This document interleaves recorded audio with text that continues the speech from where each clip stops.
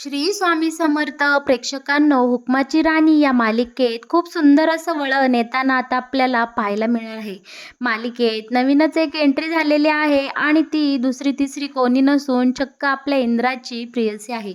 बरं का, आता इकडे ही जी मुलगी आलेली आहे तिने खरं तर आपल्या इंद्राला त्यांची फॅक्टरी वाचवून दिलेली आहे आणि ती फॅक्टरी तिने इंद्राला गिफ्ट म्हणून चक्क सगळ्या कामगारांसमोर दिलेली आहे. आणि हो, आता आपल्या राणी आणि इंद्राच्या संसारात एक नवीन वादळ येताना चांगलीच चाहूल लागलेली आपल्याला आता पाहायला मिळणार आहे. पण हे सगळं मालिकेत कशाप्रकारे घडणार आहे आणि अजून यासोबत काय काय घडत जाणार आहे, हे जर तुम्हाला जाणून घ्यायचं असेल तर तुम्ही आपला हा व्हिडिओ नक्की शेवटपर्यंत पहा. बरं का मंडळी, आज विक्रांतने आबासाहेबांच्या फॅक्टरीचा इकडे लिलाव ठेवलेला असतो आणि या लिलावासाठी अनेक पाहुणे मंडळी आता इकडे आलेले असतात आणि या सगळ्यांचं मस्तपैकी जोरदार स्वागत उर्मिला आणि विक्रांतने केलेलं असतं. आणि आता इकडे विक्रांत अशी उर्मिलाला इच्छा बोलून दाखवतो की काश हा सगळा सोहळा पाहण्यासाठी आबासाहेब म्हणजे जयसिंगराव महाडिक इथे असते आणि त्यांच्यासोबत ती राणी इंद्रा आणि मालतीही असती. या सगळ्यांसमोर त्यांनी कमवलेलं हे वैभव ऐश्वर जाताना त्यांना किती त्रास झाला असता हे मला माझ्या उघड्या डोळ्यांनी पाहायला मिळालं असतं. तेव्हा उर्मिला आता इकडे विक्रांतला बोलते की विक्रांत, तुझी चक्क इकडे इच्छा पूर्ण होणार आहे, तू एकदा समोर बघ. आणि समोरून गाडीतून इकडे आबासाहेब, मालती शिवाय आपला हा अजित, रत्नाई आणि इंद्रा राणी येताना पाहायला मिळतात. हे पाहून इकडे आता उर्मिला आणि विक्रांतला खरंच मनापासून आनंद झालेला असतो, कारण त्यांना हेच हवं असतं की ही फॅक्टरीचा लिलाव होताना यांच्यासमोर लिलाव झाला पाहिजे. बरं का, आता यांना पाहून हा विक्रांत गप्प बसत नाही आणि बोलतो की तुमचं इथं काय काम आहे, तुम्ही कशासाठी इथं आला आहात. इथे भिकाऱ्या माणसांचं काही काम नाही, इथे सगळा प्रॉपर्टीचा आणि पैशाचा विषय आहे. तुमच्याकडे आहे का एवढे पैसे, तुम्ही या लिलावासाठी का आला आहात. पण आता इकडे आलात आहात तर तुम्ही कमवलेलं हे ऐश्वर तुमच्या डोळ्यादेखत कसं विकलं जातंय हे नक्कीच बघा. आणि इकडे आता हा विक्रांत या सगळ्यांना खूप हिणावत असतो आणि पैसा वाचून टोमणे मारत असतो. त्यात भरीसभर ही उर्मिलासुद्धा इकडे कमी करत नाही आणि मालतीला आबांना खूप काही वाईट साईड बोलते. आता इकडे रत्नाई आणि अजित बोलत असतो की अरे दादा, तू असं का वागतोय, तू असं करू नको.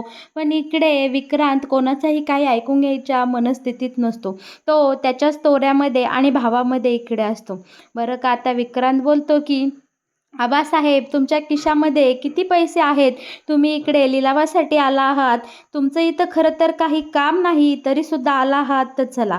आणि तितक्यात अनाऊन्समेंट सुरू होते आणि विक्रांत बोलतो की मला जावं लागेल, कारण माझ्यासाठी तिथे खूप मोठे मोठे पाहुणे येऊन बसले आहे आणि त्यांचं स्वागत करण्यासाठी मला तिथं जावं लागेल. बरं का, आता इकडे आता आबासाहेब आणि बाकीचे सगळे आतमध्ये जायला निघाले असतात.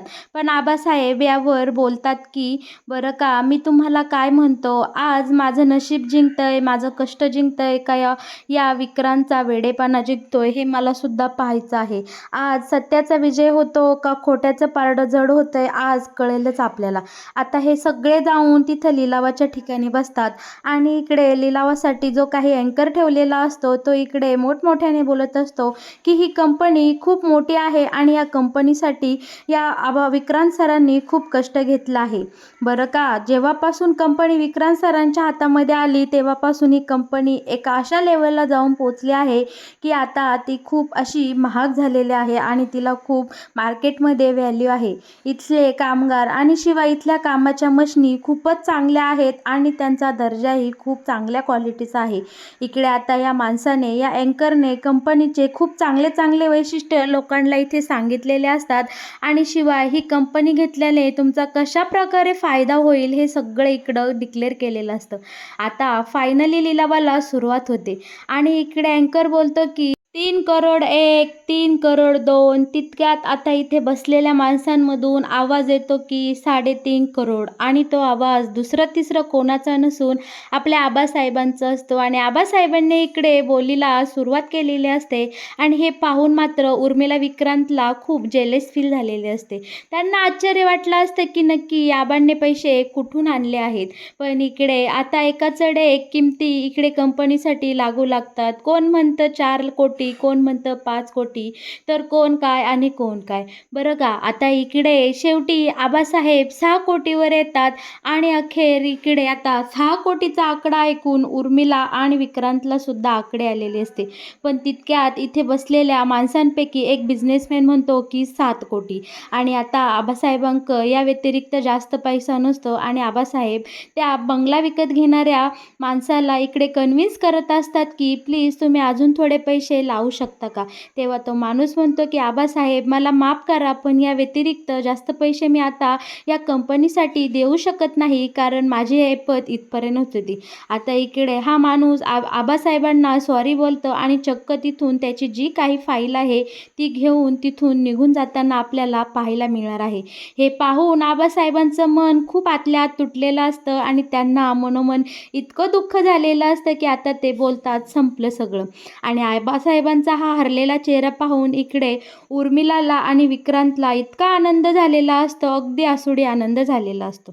बरं का, आता आपल्या आबासाहेबांच्या अगदी डोळ्यातून अश्रूच वाहू लागलेले असतात. त्यांना खूप वाईट वाटत असतं की त्यांनी इकडे कष्टाने घामाने उभे केलेली ही कंपनी आज दुसऱ्यांच्या हाती जाणार आणि विकली जाणार. इथून पुढे त्यांचा या कंपनीवर काहीही अधिकार राहणार नाही. या कल्पनेनेच निम्मे आबासाहेब इकडे खचून गेलेले असतात आणि त्यांचा चेहरा पाहून आपल्या राणीला आणि आपल्या इंद्राला इतकं वाईट वाटत असतं की ते आपण शब्दात सांगू शकत नाही. बरं का, तरीही मालती इकडे धीराने घेत असते आणि ती इकडे आबासाहेबांना धीर देत असते. पण इथे जमलेले सगळे बिझनेसमन एकाचढ एक अशा किमती इकडे बोलत असतात. या आबासाहेबांनंतर कुणी 7 कोटी, कुणी 8 कोटी, कुणी 8.5 कोटी अशा किमती लावतच जातं. अखेरीस 10 कोटीचा आकडासुद्धा आता इकडे उलटून गेलेला असतो आणि शेवटी एक बिझनेसमॅन बोलतो की 12 कोटी. आता 12 कोटी ऐकल्यानंतर उर्मिला आणि विक्रांत एवढे खुश झालेले आपल्याला दिसणार आहेत ना. आणि इकडे आता अँकर बोलत असतो की 12 कोटी 1, 12 कोटी 2 आणि आता इथे सगळ्या जमलेल्या बिझनेसमॅनला वाटत असतं की आता ही कंपनीचा सौदा अखेरीस 12 कोटीला संपणार आहे. पण आता या सगळ्यांमधून एक सुंदर असा मुलीचा आवाज येतो आणि ती मुलगी म्हणते 15 करोड, 15 करोड.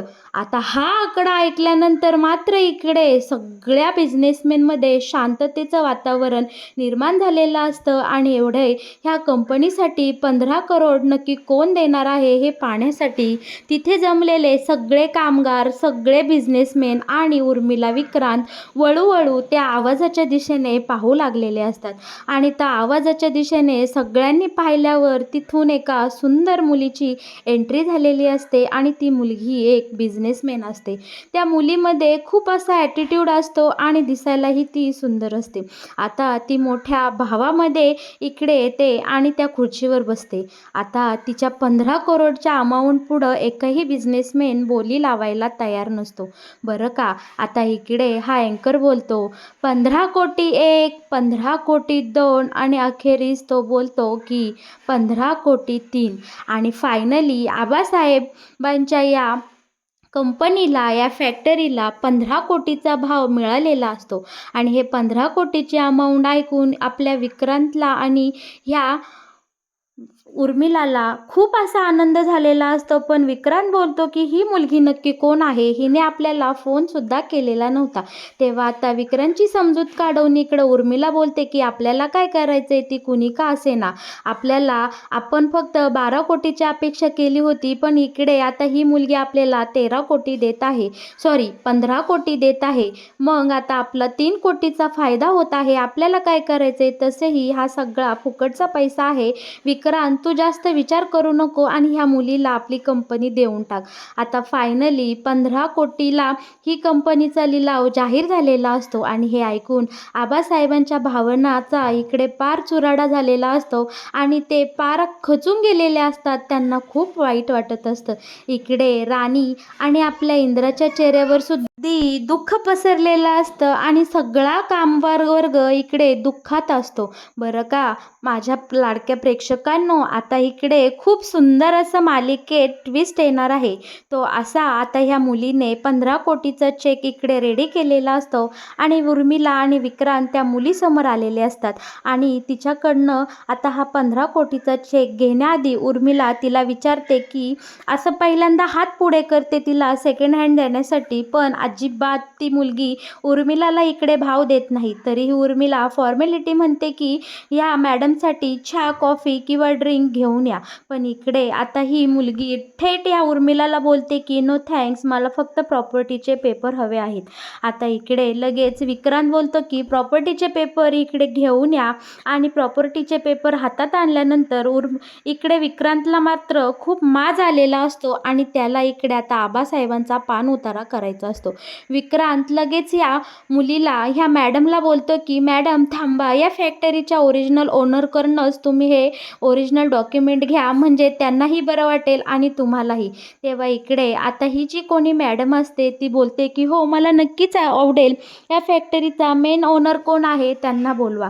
तेव्हा आता इकडे आबासाहेबांना हा विक्रांत आवाज देत असतो, पण त्याआधी आजी तिकडे येतो आणि इकडे विक्रांतला खूप ऐकवतो की दादा, तू असं का करतोय, तुला कळतंय का तू काय वागतोय. त्याच्यानंतर आपली ही मालतीसुद्धा बोलते की विक्रांत, तू आता खूप अति करायला लागला आहेस. शेवटी रत्नाईला सुद्धा वाईट वाटतं आणि रत्नाई बोलते की विक्रांत, तू जे काही वागतोय ते खूप चुकीचं वागतोय, तू असं वागू नकोस.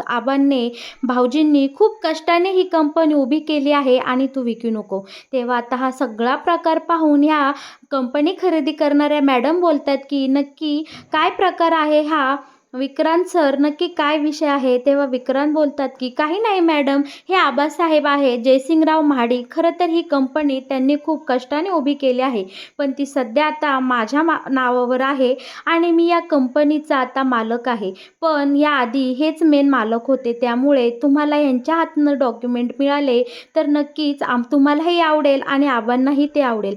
तेव्हा आता आबा इकडे सगळ्यांना बोलतात की तुम्ही सगळेजण आता शांत बसा आणि थरथरत्या हाताने आता आबा ती फाईल हातात घेतात. विक्रांत आबांच्या हातामध्ये संपूर्ण या फॅक्टरीचे पेपर्स देतात. आबांचे हात खूप कापत असतात आणि मनामध्ये असंख्य विचार चालू असतात. कष्टाने उभं केलेले हे वैभव, कामगारांची उजाडलेली घरं आणि इकडे सगळ्यांचे उदास चेहरे आबांना खूप काही गमावल्याची जाणीव करून देत असतात. पण इकडे आता ही मॅडम जी असते ना, ती इकडे असा मस्तपैकी बॉम्ब फोडताना आपल्याला पाहायला मिळणार आहे. तेव्हा आता विक्रांत बोलतो की मॅडम हे घ्या, हे फॅक्टरीचे मेन ओनर आहे आणि ह्यांच्या हातून तुम्ही पेपर्स घ्या. तेव्हा आता ही जी कोणी मॅडम असते ती बोलते की हो नक्कीच, मेन मालकाच्या हाताने आपण ही कंपनी मी ज्याच्यासाठी खरेदी केली आहे त्याच्या हातात हे पेपर्स द्या. तेव्हा विक्रांत बोलतो म्हणजे ही कंपनी तुमच्यासाठी नाही घेतली. तेव्हा इकडे ही थेट एका व्यक्तीकडे बोट दाखवते आणि आता ह्या मॅडमनी ज्या व्यक्तीकडे बोट केलेलं असतं त्या बोटाच्या दिशेने सगळे इथे जमलेली लोक पाहत असतात. बरं का मंडळी, आणि ज्या व्यक्तीसाठी ह्यांनी ही कंपनी खरेदी केलेली असते तो व्यक्ती दुसरा तिसरा कोणी नसून आपला इंद्रा असतो.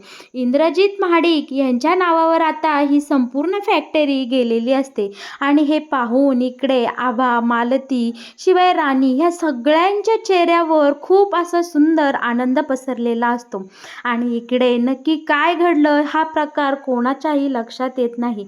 नंतर आपला इंद्रा पुढे येतो आणि ही मॅडम थेट जाऊन इंद्राला सगळ्यांसमोर अशी कडकडीत मिठी मारते आणि बोलते की इंद्रा माझा खूप चांगला बेस्ट फ्रेंड आहे. बरं का, खरं तर या दोघांचं नातं काही वेगळंच असतं.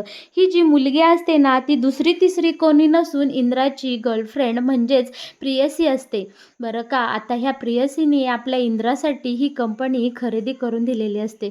पण संपूर्ण फॅक्टरीसमोर आणि फॅक्टरीच्या ह्या कामगारांनी इथे जमलेल्या एवढ्या साऱ्या बिझनेसमॅन समोर या मुलीने आपल्या इंद्राला कडकडीत मिठी मारलेली असते. हे पाहून मात्र इकडे राणीचा जीव इकडे खालीवर झालेला असतो आणि राणीच्या मनावर खूप काही हललेलं असतं. राणीला हे चित्र काही सहन होत नाही आणि राणी सरळ त्या मुलीजवळ जाते आणि मुलीला इंद्रापासून दूर ढकलते आणि बोलते की इंद्रजित सर, नक्की हा काय प्रकार आहे? ही मुलगी तुमच्या का गळी पडत आहे? तेव्हा आता इकडे इंद्रा ओळख करून देतो की ही माझी जिवलग मैत्रीण आहे आणि हिला भेटण्यासाठीच आपण मुंबईला गेलो होतो. आपली हिच्यासोबत भेट झाली नाही, पण आमचं फोनवर सगळं बोलणं झालं आणि तिने आपल्याला मदत करण्याचं कबूल केलं आहे. आता हा सगळा प्रकार कळल्यानंतर राणीसुद्धा या मुलीचे खूप आभार मानते. बरं का. आता सगळेजण इकडे महाडिकांच्या बंगल्यावर जातात आणि राणीचा सुंदर प्रकारे इकडे गृहप्रवेश होतो आणि आपली राणी छानपैकी इंद्राच्या नावाने इकडे उखाणा घेत असते गृहप्रवेशाच्या वेळी. तेव्हा ही जी मुलगी असते ती पाठीमागून आलेली असते आणि वृंदावनाच्या मागे उभी राहून बोलत असते की इंद्रा हा फक्त माझा आहे आणि इंद्राला मी कोणाचाही होऊन देणार नाही. आणि ही मुलगी चक्क तुळशी वृंदावनावर ॲसिड ओतते आणि आपली संपूर्ण तुळशीचं रोप जाळून टाकते. अशा प्रकारे राणी आणि इंद्राच्या सुंदर चाललेल्या संसारामध्ये एक नव्या वादळाची एंट्री झालेली आहे आणि हे वादळ आपल्या राणी इंद्राचा संसार कशाप्रकारे उद्ध्वस्त करणार आणि हा उद्ध्वस्त झालेला संसार आपली राणी कशाप्रकारे सावरणार हे पाहायला मात्र प्रेक्षकांनो खूपच मजा येणार आहे आणि आपलं खूप सारं मनोरंजन होणार आहे. बरं का प्रेक्षकांनो, तुम्हाला जर हुकमाची राणी या मालिकेत येणारे असेच नवनवीन वळणं आणि नवनवीन अपडेट सगळ्यात आधी जाणून घ्यायची असेल तर तुम्ही आपल्या या चॅनलला नक्की सबस्क्राईब करा आणि हो, व्हिडिओला लाईक केल्याशिवाय अजिबात कुठे जाऊ नका. धन्यवाद.